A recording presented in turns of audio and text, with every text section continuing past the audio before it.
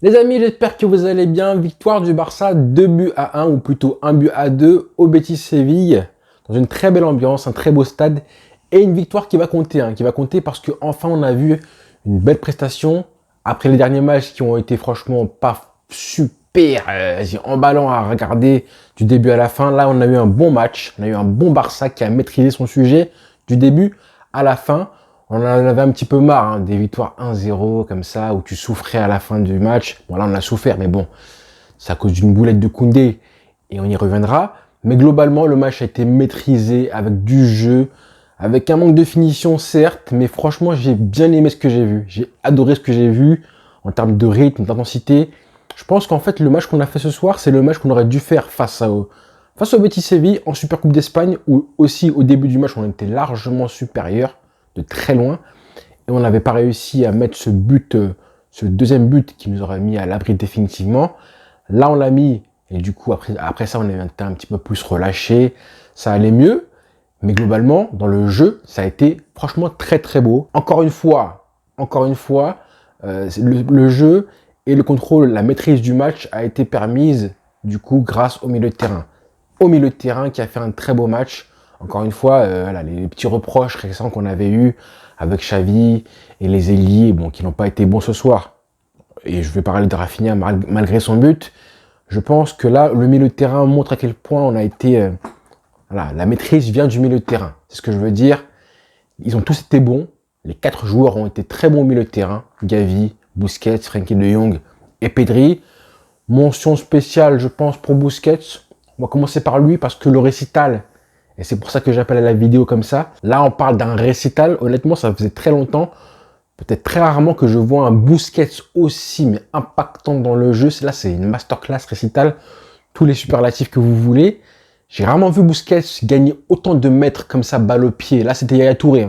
Pour moi, c'était vraiment Yaya Touré, Barcelone 2009, avec un Busquets qui prenait des risques, balle au pied, qui gagnait au moins 20 à la course, balle au pied, 20-25 mètres, et qui même arrivait à être dangereux, impactant dans les 20-25 derniers mètres adverses. Il a fallu marquer ou faire une passe décisive, je crois, à Lewandowski. Je me suis dit, mais là, le Busquets, quand il est comme ça, là, il est injouable. Certes, le Betis a un petit peu facilité la tâche du Barça parce que je pense pas que c'est une équipe défensive à la base, et ils ont joué avec un bloc assez bas. Donc je pense qu'ils étaient un petit peu mal à l'aise à jouer comme ça. Mais globalement, malgré leur bloc bas, on a réussi à trouver une maîtrise au milieu de terrain, et ça a été incarné par des actions qui, franchement, moi, m'ont excité clairement. Je suis vraiment ce milieu de terrain qui contrôlait un petit peu le rythme du match complètement. Les passes comme ça, en plein axe, dans l'intervalle, comme ça, les passes les plus difficiles dans le foot. C'est les passes les plus risquées, les plus difficiles.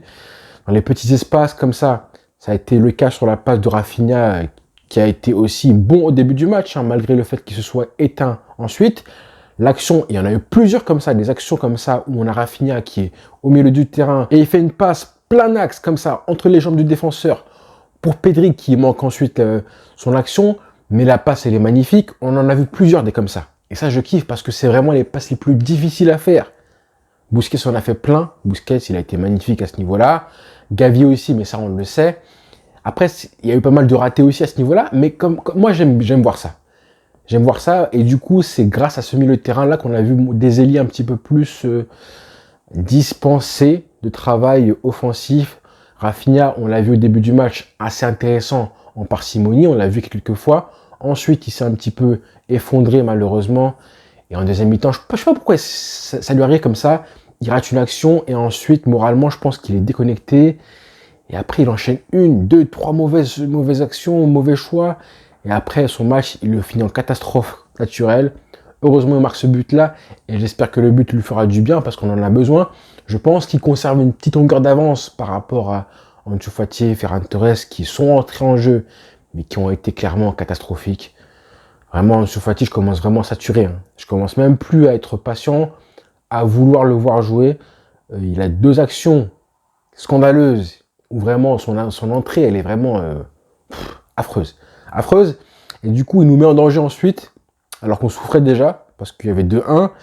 Et Ferran Torres a été un poil meilleur, mais ça reste vraiment risible pour ce que le Barça demande aujourd'hui. Donc Rafinha, Là, pour l'instant, il a une petite longueur d'avance. Mais attention, frère. Attention, parce que sans le but, qu'est-ce qui reste? Qu'est-ce qui reste? Donc vraiment, j'espère que la confiance va venir tout doucement. Parce que là, c'était le premier match sans Dembélé. On voulait tous voir un petit peu comment le Barça allait se débrouiller. Parce que là, les matchs, là, on va devoir les enchaîner. Et je suis content quand même que Xavi remette le même dispositif qu'il aurait mis, hein, si Dembélé avait été présent. Ça, je suis content parce que j'ai envie de le voir, ça.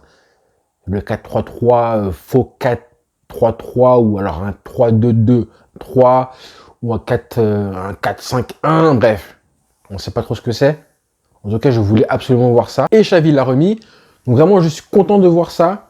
Rafinha qui marque ce but-là, après une action du Barça, où enfin on jouait vite. Vraiment, on jouait vite parce que il y avait moyen de faire beaucoup mieux que ça. Vraiment, au début du match, on jouait assez bien. Mais au niveau de la finition, au niveau du tranchant, d'être un petit peu plus rapide dans l'exécution, ça manquait un peu. Quand Rafinha marque ce but-là, et enfin on joue vite. Balde qui a fait un très bon match. Hein. Balde qui a fait plutôt une très belle deuxième mi-temps parce que au début du match, il était un petit peu éteint. Mais ensuite, quand il a commencé à être un peu plus juste, parce que des fois, il prend des risques un petit peu pour n'importe quoi. Hein. Il prend un peu des risques, il essaie de percer alors qu'il est en défense. Là, à ce moment-là, alors que ça faisait, je crois, 20 minutes qu'il demandait le ballon côté gauche, on joue vite encore une fois. Et c'est encore une fois en jouant vite, en première intention, contrairement à tout ce que fait Rafinha, où lui cogite trop. Encore une fois, quand tu joues vite et simple et en première intention, tu marques ce but-là qui te change le match forcément. Globalement, tous les joueurs ont été bons. Hein. J'ai que des compliments à donner, à part pour Rafinha et encore pour Koundé aussi, qui, mine de rien, montre qu'il est fébrile. Je pense vraiment que l'action le CSC, il est malheureux, malheureusement. Pléonasme. Mais je pense que, vraiment, hein, l'action, on voit tout le match. Je comprends pas pourquoi. Deux, trois. J'ai du mal à comprendre pourquoi, quand un latéral comme Koundé, que moi j'ai vu en vrai, je suis parti le voir au Camp Nou, on l'a vu avec Logito, il dégageait une espèce de sérénité dans tout ce qu'il faisait. Chaque tête, chaque dégagement, chaque intervention, il faisait tout avec une sérénité. Tu le mets à un poste différent et là, il dégage une fébrilité incroyable. Et donc vraiment, je pense que la même action, tu le remets 5 ou 6 fois, ou même 10 fois, il te fait 5 ou 6 fois la même boulette. Hein, tellement il est fébrile, tu vois. Et tu le sens tout le match, malheureusement. C'est dommage parce qu'il fait un match comme intéressant offensivement. Moi, je commence à voir un petit peu des petits automatismes entre Rafinha et Koundé. Des fois, je vois, voilà, il y en a qui passent dans le dos, Koundé qui passe dans le dos, et Rafinha qui lui met dans la profondeur. Ça, j'aime voir ça. J'aime voir ça. Ça me rappelle un petit peu les heures de gloire de Sergio Roberto. Et j'aime voir ça.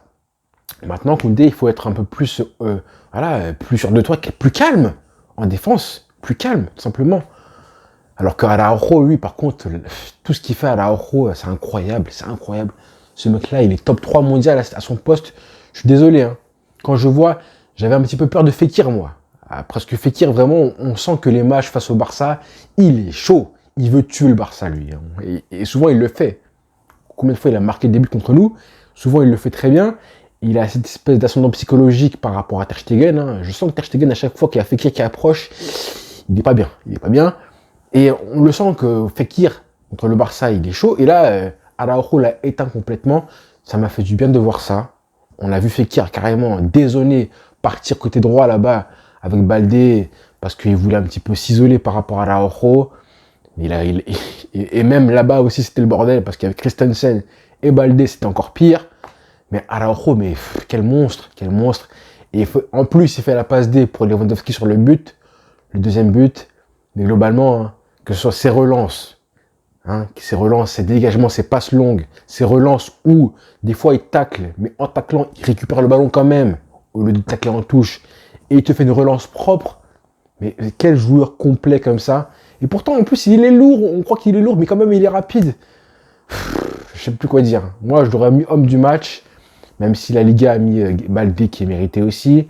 Pedri a fait un très bon match aussi. Hein. Je reparle du milieu de terrain maintenant. Les 4 là, avec Pedri qui a fait un très grand match, tu vois. Et Pedri, encore une fois, qui loupe l'action au début du match où il faut frapper.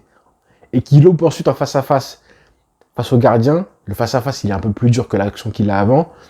Et encore une fois, hein, il privilégie la beauté du geste, il veut crocheter le gardien, alors qu'il faut frapper du gauche, faire une louche, n'importe quoi. Mais tu as le talent pour frapper du gauche directement. Et tu ne le fais pas. Encore une fois, tu privilégies la beauté du geste. Mais à un moment donné, hein, ça montre ses limites. Et encore une fois, c'est encore une fois un match où il fait un grand match. Mais si tu marques ce but-là, où tu mets un doublé, plus ton grand match, là, on parle de masterclass. Et là, tu prends une dimension supplémentaire.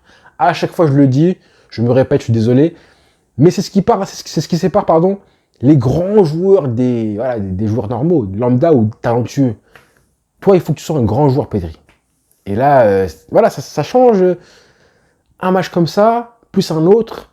Quand tu enchaînes les masterclass, après, tu deviens un autre joueur. Il faut, c'est cette année, c'est vraiment l'année où il faut devenir un grand joueur, Pedri. C'est vraiment 2023, l'année. Mais quoi qu'il arrive, hein, il a fait un très bon match. Hein. C'est juste le petit bémol, parce que ce qu'il fait, en tout cas, là, en numéro 10, que dire? Que dire? Homme du match, en tout cas, lui aussi. Hein. Pour moi, c'est incroyable. Incroyable. Gavi a fait un bon match aussi, faut le dire. Et Lewandowski qui marque un but, ça me fait du bien aussi pour lui, parce que voilà, il n'avait pas beaucoup marqué récemment. Là, il revient, il marque ce but-là qui scelle la victoire du Barça. Qui scelle, pardon. Donc voilà, beaucoup de joueurs qui ont fait un bon match, beaucoup de performances positives. J'ai pas de gros bémol à donner à part les entrants. Tellement c'était bien, Xavi, il a mis du temps pour faire les changements. Carrément, je crois, le premier, c'est à la 80e minute. Donc vraiment, le collectif du Barça commence à prendre forme. Et ça, je suis content, très content. Donc voilà les frères. Bonne soirée à tous.